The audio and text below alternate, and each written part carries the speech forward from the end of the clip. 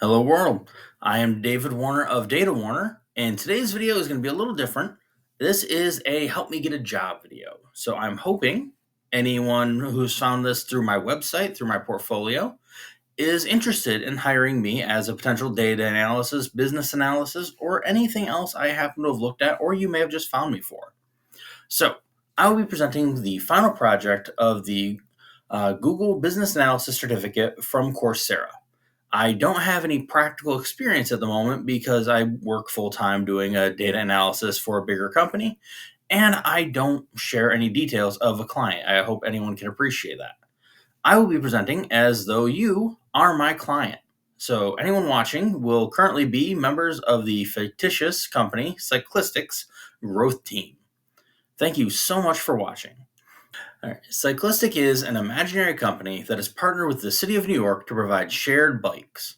Currently, there are bike stations located in Manhattan and the neighboring boroughs, and customers are able to rent the bikes to easily travel between the various stations which are located throughout the city.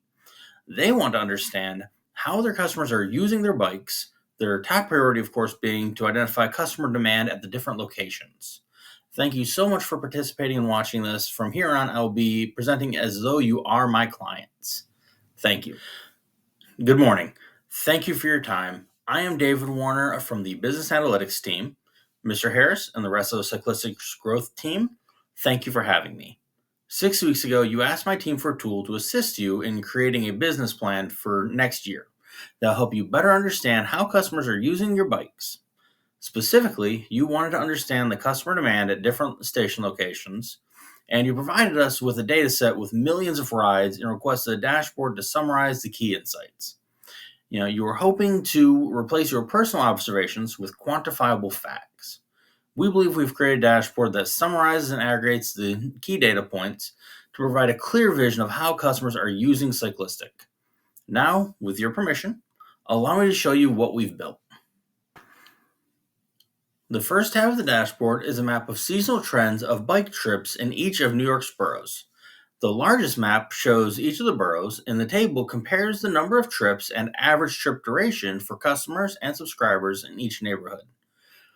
3 smaller maps focus on July, August, and September, the 3 months with the highest bike traffic. This map features several filters to focus on specific bike IDs, user types, metrics, months, starting neighborhoods, and ending neighborhoods. Using any of these filters or clicking on a borough in one of the maps updates the table and maps to focus on your selection in greater detail with the push of a button, or the drag of a mouse, as it were. The second tab of the dashboard focuses on seasonality or trends throughout the year, with the trip total chart and the trip counts by starting neighborhood table. The trip totals chart visualizes the total number of bike trips taken throughout 2019 and 2020, with a distinction between customers and subscribers. The chart shows that subscribers make up a significantly larger portion of Cyclistic's users than regular customers. It also shows that there are far more users in warmer months, May through October, than there are in colder months. This makes sense considering people are less likely to ride bicycles in colder weather. The trip counts by starting neighborhood table lists the total number of bike trips started in each neighborhood in each month of 2019 and 2020. It is organized by zip code, borough, and neighborhood. It also uses a color gradient to emphasize the highest and lowest counts of monthly trips. The greater the number of trips, the darker the value is in the table. It also uses light text on the darker values to ensure the table is readable and accessible. Because the starting location is more indicative of where users look for a bike, it is more important to emphasize starting location when determining where to advertise. The most active locations are in the Lower East Side, Chelsea, and Clinton neighborhoods, with the most active user months being May to October. The third and final tab of the dashboard is a comparison of the total number of trip minutes by starting neighborhood and ending neighborhood for both customers and subscribers. The two charts are horizontally stacked bar graphs that are ordered from highest to lowest number of minutes between customers and subscribers combined. These charts lend insight into which locations users are most willing to travel long distances to. The charts show that the Lower East Side and Chelsea and Clinton neighborhoods have the highest total trip minutes for both start and end locations.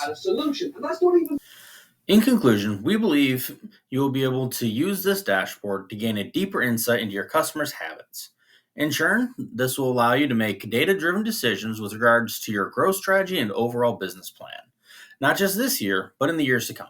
Again, Mr. Harris and the rest of the Cyclistic Growth team, thank you for your time and for allowing me to present to you today. Unfortunately, as this is a video presentation, I'll be unable to directly answer any questions you may have. However, you can feel free to reach out to me and the rest of the team for any assistance you may need, and we'll be happy to assist you in any way we can. Thank you for your time, and please enjoy the rest of your day.